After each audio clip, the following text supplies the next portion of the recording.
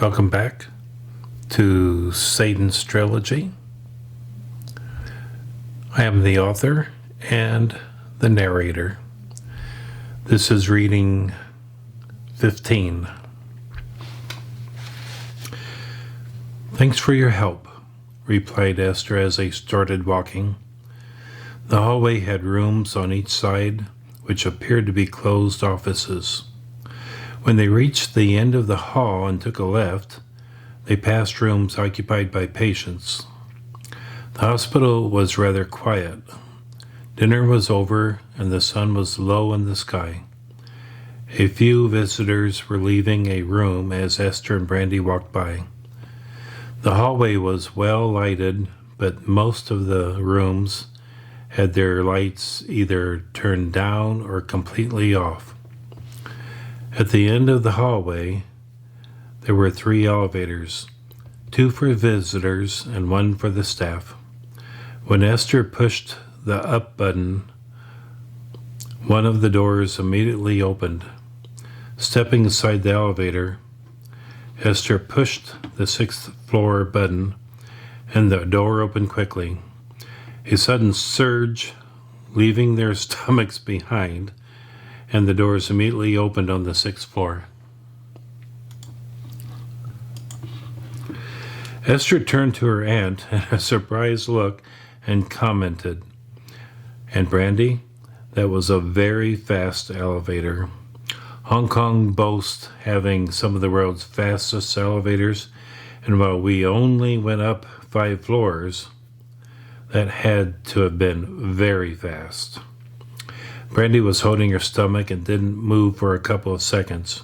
She then commented, "We'll have to stop on the way back and pick up my stomach. I'm almost certain it was left behind." Brandy stepped off the elevator and stood by Ester. There was a large waiting room with enough chairs to seat at least 50 people. A large television set at one end was left on. Magazines were placed on several tables. Several men sitting against the wall had been positioned to watch the elevator. Brandy and Ester walked to the receptionist, sitting behind a glass partition. Ester spoke into a microphone in front of the window. "We would like to visit Axel Bueller." A woman leaned forward and spoke into a microphone in front of her. "Please sign the visitor's book and place it back into the drawer along with some type of photo identification." The woman, probably in her 30s, retrieved the items from the drawer and looked at the photos of Ester and Brandy. "Please open the door when you hear the buzzer." As she pushed on a button, the door lock made a clicking sound and a faint buzzer sound. The girl slipped into the hallway on the other side of the door. Here are your IDs. Please remember that we close at 8 sharp. You need to be back here before 8 so that I can let you out. Your friend has 2 other visitors. The hospital prefers that patients have no more than 3 visitors in the room at once, so please abide by that rule. Mr. Bueller is in room 612. Just follow the hallway, go about halfway down the hall, take a right, and go maybe several rooms. As they approached room 612, Ester noticed a rather large man wearing a black suit standing at the door. He held up his hand and said, "Hold on, girls.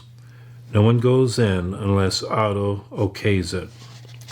He stood in front of the door and didn't move. "I'm a friend of Axel. This is my aunt. We came to visit him," said Ester as she gave a friendly smile. Not impressed with Ester's explanation, the large man said, "Axel and Otto are visiting, and I can't let anyone in until they are done. I suggest you come back tomorrow." Ester recognized the man's accent as German and decided to explain her relationship with Axel. Axel and I met in the nursing home yesterday. I am certain that he would like to see me. For the first time, Axel is visiting with his brother. Come back tomorrow. The man stood in front of the doorway, blocking their path. Ester's composure changed. Her face became somber and her voice lowered. I have a problem with returning tomorrow, considering we are here right now. Ester moved her arm backwards to stop Brandy from following her. You see, I have a right to visit Axel, and you are going to step aside. Ester's face suddenly lost its innocence and became serious. The man didn't seem concerned as Ester approached him. Moving his hands up to his waist, he suddenly lashed out with his right hand, headed straight to Ester's chest. Ester raised her left hand, grabbing his wrist, and simultaneously struck the man's left rib cage with her right fist. The movement was instantaneous. You could hear a muffled sound of the man's rib cracking. Ester's fist had moved quickly to the man's holstered gun, which had not been visible under his jacket. He wasn't resisting Ester's actions. The broken rib was making it difficult for him to breathe. His face had an expression of disbelief and pain. Ester walked him to a bench a few feet away and told him to wait patiently. You will need to have your chest taped before you leave the hospital, Ester told him. And Brandy, let's visit Axel now. Ester would usually allow her Aunt Brandy to go first, but Ester led the way, just in case someone else tried to stop them. Entering the room, the girls found Axel and his brother Otto sitting on two chairs. They looked up, and Otto was surprised to see them. How did you get in here? I have a man at the door. Your man told me that I would have to wait to see Axel, but after discussing it with him, he agreed that I could come in. Axel and I met at the nursing home, and I wanted to see how he is doing, said Ester. Axel stood up, wearing slippers, flannel pajamas, and a large brown cotton bathrobe. He walked towards Ester, opening his arms to her, speaking in German. My little angel, how are you? Ester replied in German, I am doing well, and I want to know how you are doing. Axel gave Ester a hug, stood back a half step while looking her in the eyes, and speaking in German still, he said, I have decided to be as brave as the young woman that saved me. Ester gave a big smile, and speaking in German, can we help each other? We can help each other. Axel, this is my Aunt Brandy. She doesn't speak German. Would you mind speaking in English? Axel looked at Brandy, smiled, and said, in English, you have a very wonderful niece. Thank you for coming to visit me. It is very nice to have you both here. Realizing that his brother was behind him, Axel turned and introduced his brother. This is my older brother. He worries about me, but now he can stop worrying. I'm going to be just fine. Turning to Ester, Axel said, I just realized I don't know your name. My name is Ester Saint. Ester gave Axel a big smile. Axel grinned. I should not be surprised. A young woman whose last name is Saint befriends me. My wife used to say that a saint was watching over me. She was seldom wrong. Otto moved towards Ester and held his hand out to her. Ester took his hand and Otto moved closer. Moving his left arm around Ester's back, hugged her for a moment. It was awkward for Otto. He was a strong man and not accustomed to showing softness. Raising his head and looking Ester in the eyes, Otto said, It would be impossible to measure the debt I owe you for befriending my brother. I love my brother. Please know that the Buhler family is your friend. Ester could tell from the scars on Otto's face and his weathered look that he had lived a hard life, yet there was a softness and sincerity in his voice as he spoke about his brother.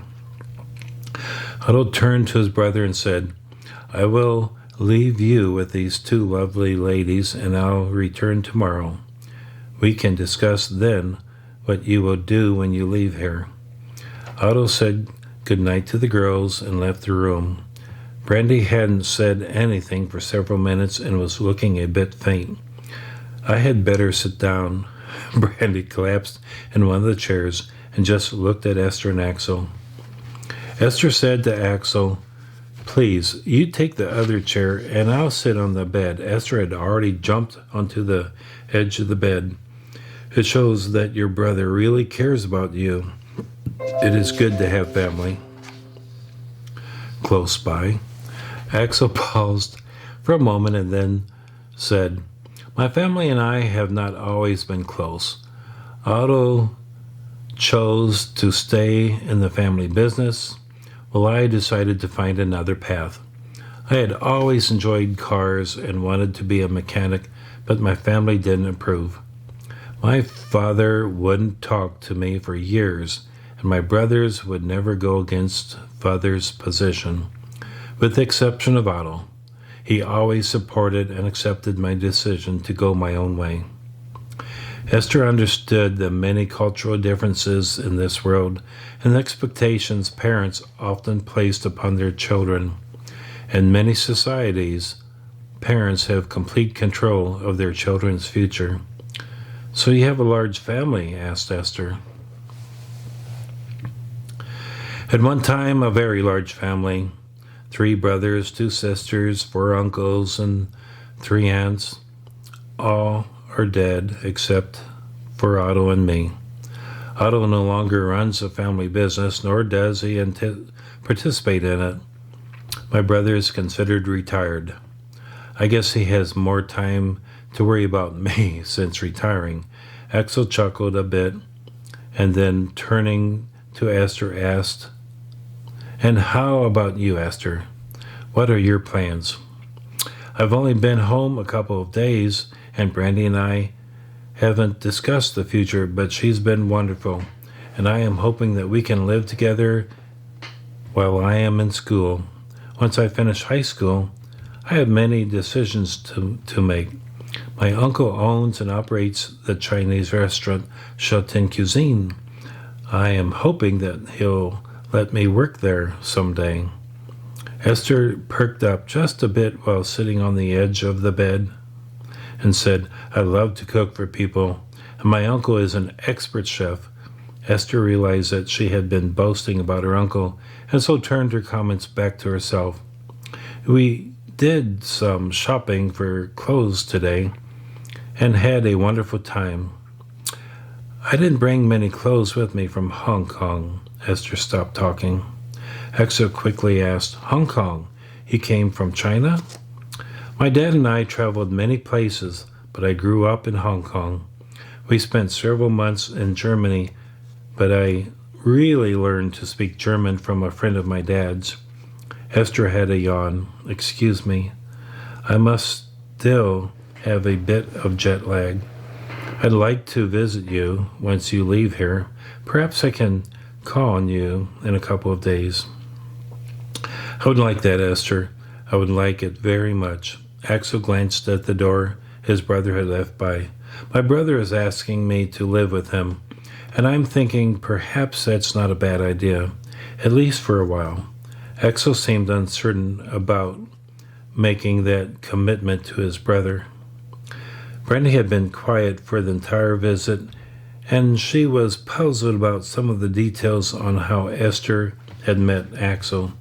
But for now, she had to remind Esther that it was time to leave.